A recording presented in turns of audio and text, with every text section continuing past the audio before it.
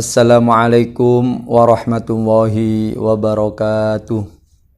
Bismillah, walhamdulillah, wa syukrulillah, wassalatu wassalamu ala rasulillah, la hawla wa la quwwata illa billah, amma ba'd. Para pemirsa dan pecinta channel Ngaji Ekonomi Syariah dimanapun berada yang sangat saya muliakan, dan mudah-mudahan kita semua selalu dalam rahmat dan ridha Allah. Alhamdulillah, kita bertemu kembali di channel Ngaji Ekonomi Syariah yang kali ini kami akan melanjutkan tema tentang akad-akad tabarruk dalam konsep ekonomi syariah. Sebagaimana yang sudah kami sampaikan dalam episode sebelumnya, bahwa dalam konsep ekonomi syariah itu ada akad-akad yang disebut dengan akad tabarruk dan ada akad-akad yang disebut dengan akad tijari. Akad tabarruk adalah akad-akad yang digunakan dalam kegiatan dan aktivitas yang bertujuan murni untuk ibadah, murni tujuannya untuk tolong menolong, murni untuk saling membantu, sehingga ini dinilai ibadah oleh Allah Subhanahu wa Ta'ala. Ada juga akad-akad yang disebut dengan akad tijari, akad-akad yang digunakan dalam rangka untuk tujuan bisnis, untuk tujuan mengambil untung, untuk tujuan profit. Alhamdulillah, pada episode sebelumnya saya sudah menyampaikan 5 akad yang masuk dalam kategori akad-akad tabarruk. Dalam kesempatan kali ini saya akan melanjutkan 5 akad tabarruk yang sudah kami sampaikan sebelumnya, yaitu ada akad qard atau akad hutang piutang. Kemudian yang kedua ada akad wakalah, akad rela menjadi wakil, Kemudian yang ketiga ada akad ariyah, akad pinjam meminjam. Kemudian yang keempat ada akad kafalah, akad memberikan jaminan atau tanggungan atas orang yang hutang tapi tidak punya jaminan, yang dipakai untuk memberikan kepercayaan dan keyakinan bagi orang yang memberi hutang. Kemudian yang kelima adalah akad khiwalah, atau sering kita sebut dalam era kontemporer ini dengan istilah take over, mengalihkan hutang atau pengalihan hutang. Semua itu adalah akad-akad tabarruk, akad-akad yang digunakan untuk tujuan saling tolong menolong, untuk mendapat kebaikan dan bernilai ibadah dalam pandangan Allah Subhanahu wa Ta'ala. Selanjutnya, yang keenam adalah ada akad yang sering dan ini sudah sangat familiar dengan kita, yaitu akad wakaf. Para pemirsa dan pecinta channel Ngaji Ekonomi Syariah dimanapun berada yang sangat saya muliakan, dan mudah-mudahan kita semua selalu dalam rahmat dan ridha Allah. Akad wakaf ini juga termasuk dalam kategori akad tabarruk. Ini dilakukan dalam rangka untuk saling membantu, dan nilainya ibadah dalam pandangan Allah Subhanahu wa Ta'ala. Jadi wakaf itu adalah mengeluarkan sebagian rezeki atau harta yang kita miliki untuk kemaslahatan umat, untuk digunakan oleh kemaslahatan orang banyak. Contoh, kita punya sebidang tanah yang menurut kita mungkin tanah itu tidak begitu kita butuhkan, karena memang kita sudah punya banyak aset tanah yang lainnya. Kemudian dari sekian tanah aset yang kita miliki itu kemudian kita wakafkan untuk kebaikan kemaslahatan sosial. Mungkin kita wakafkan guna untuk kita dirikan lembaga pendidikan diniyah, atau lembaga pendidikan Al-Quran, atau yang sejenisnya, yang nilainya adalah untuk kebaikan dan kemaslahatan umat, kemaslahatan orang banyak. Ada juga kita mungkin, sebagian dari kita punya banyak rezeki secara materi, secara finansial. Mungkin uang kita berlebih, harta kita berlebih, ya. Kemudian sebagian dari harta itu kita wakafkan untuk kemaslahatan sosial, untuk kemaslahatan ummah, untuk kebaikan dan kemaslahatan orang banyak. Ya. Contoh, umpamanya ya. Kita punya uang 10 M. Kemudian yang 1 M kita wakafkan, ya, ke lembaga-lembaga yang memang berkompeten dan punya keahlian di bidang itu. Ini juga luar biasa. Murni kita mengeluarkan uang 1 M itu, atau memberikan sebidang tanah yang seperti contoh yang saya sampaikan tadi, itu murni tujuannya adalah untuk kebaikan orang banyak, untuk kemaslahatan umat, untuk nilai ibadah. Sehingga ketika kita mengeluarkan uang 1 M, kita tidak berharap keuntungan apapun. Ketika kita memberikan sebidang tanah kita untuk madrasah diniyah, itu murni tidak mengharapkan keuntungan materi apapun, tapi itu kita berikan dan kita salurkan murni untuk kemaslahatan umat, supaya uang itu, supaya sebidang tanah itu bisa dimanfaatkan untuk kebaikan. Ini adalah wakaf.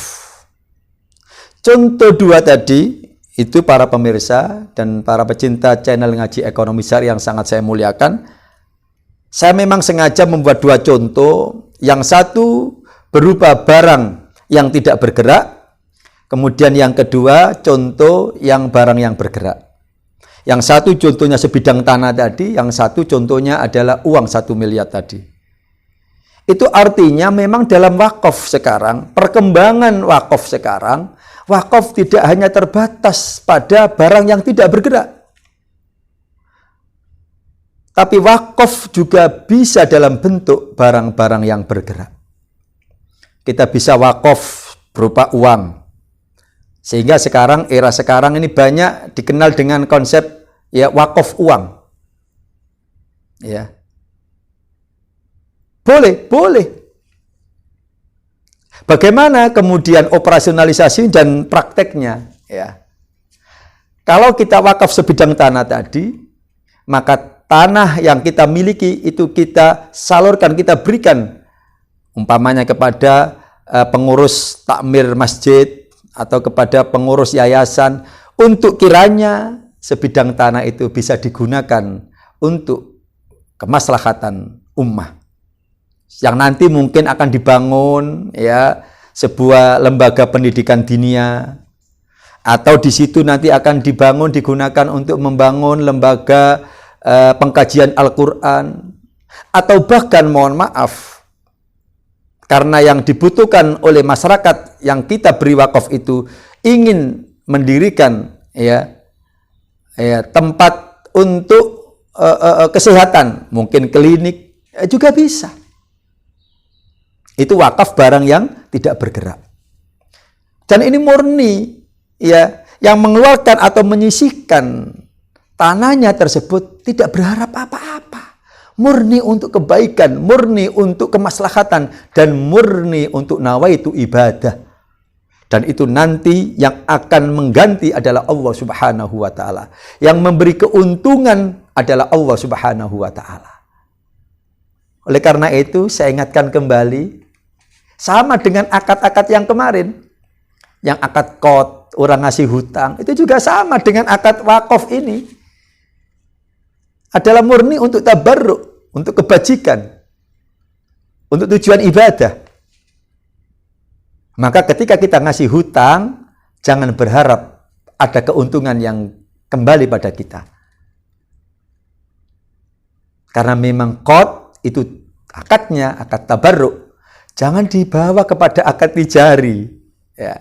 Itu kesalahan yang sangat-sangat fatal. Ya. Pun pula begitu kemarin, ya, ada akad wakalah, kafalah, hiwalah, ariyah. Itu sama dengan wakaf ini. Sama-sama masuk kategori akad-akad tabarruk.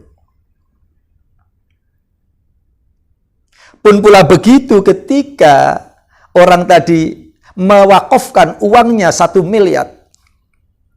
Ya, maka uang itu bisa dikelola oleh lembaga yang berkompeten menerima wakaf itu. Mungkin, ya mohon maaf, ya, uang itu kemudian dikelola, dimasukkan ke deposito. Uang itu kemudian mungkin dikembangkan dalam bentuk-bentuk usaha atau bisnis. Nah, bagaimana cara penyalurannya? Apakah uang 1 M itu kemudian diserahkan, dipakai, ya, habis pakai? Tidak. Uang 1 M tersebut, uang yang diwakafkan tersebut tidak digunakan. Penyalurannya adalah hasil dari pengelolaan uang 1 M itu. Umpamanya, ada orang wakaf 1 M. Kemudian 1 M itu didepositokan oleh pihak lembaga yang menerima wakaf itu atau lembaga yang mengelola itu. Kira-kira era sekarang, ya, deposito itu tidak kurang dari 4% per tahun.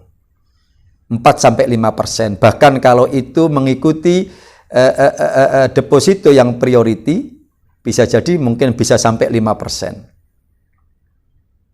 Berarti kalau uang itu, ya, diendapkan saja di deposito selama setahun, berarti sudah akan berkembang kurang lebih 4-5%. Bisa berkembang menjadi 40 juta atau 50 juta per tahun. Nah, yang kita salurkan adalah hasil pengelolaan uang wakafnya, bukan uang wakafnya yang didistribusikan. Jadi hasil pengelolaannya sama dengan yang wakaf barang tidak bergerak tadi, yang berupa tanah tadi. Bukan tanahnya kemudian disalurkan, tapi manfaat dari tanah itu yang disalurkan.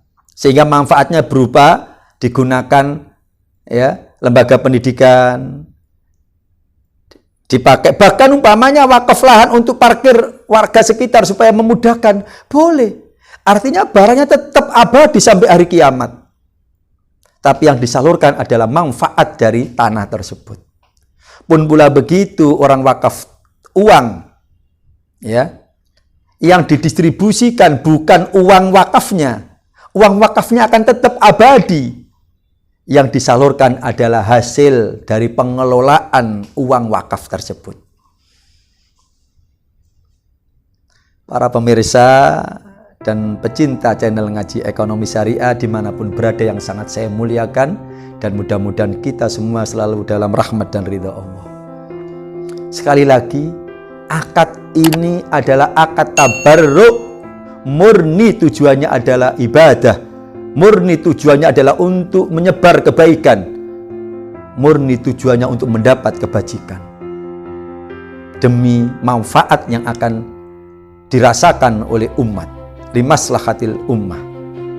Mudah-mudahan ini menambah wawasan kita. Sekali lagi, ya, ikuti terus ngaji bersama channel Ekonomi Syariah. Channel Ngaji Ekonomi Syariah, ya. Yang murni ini untuk syiar, ya, dan dakwah dalam bidang ekonomi syariah. Sekali lagi, jangan lupa selalu ikuti terus dan mohon bantuan semuanya untuk memberikan like, rela untuk berbagi, share ke para kolega, sahabat, ya, media-media, grup-grup WA, juga memberikan komen di kolom komentar. Dan juga jangan lupa memberikan subscribe, karena semua itu adalah jariah jenengan. Saya katakan jariah karena itu nilainya kebaikan.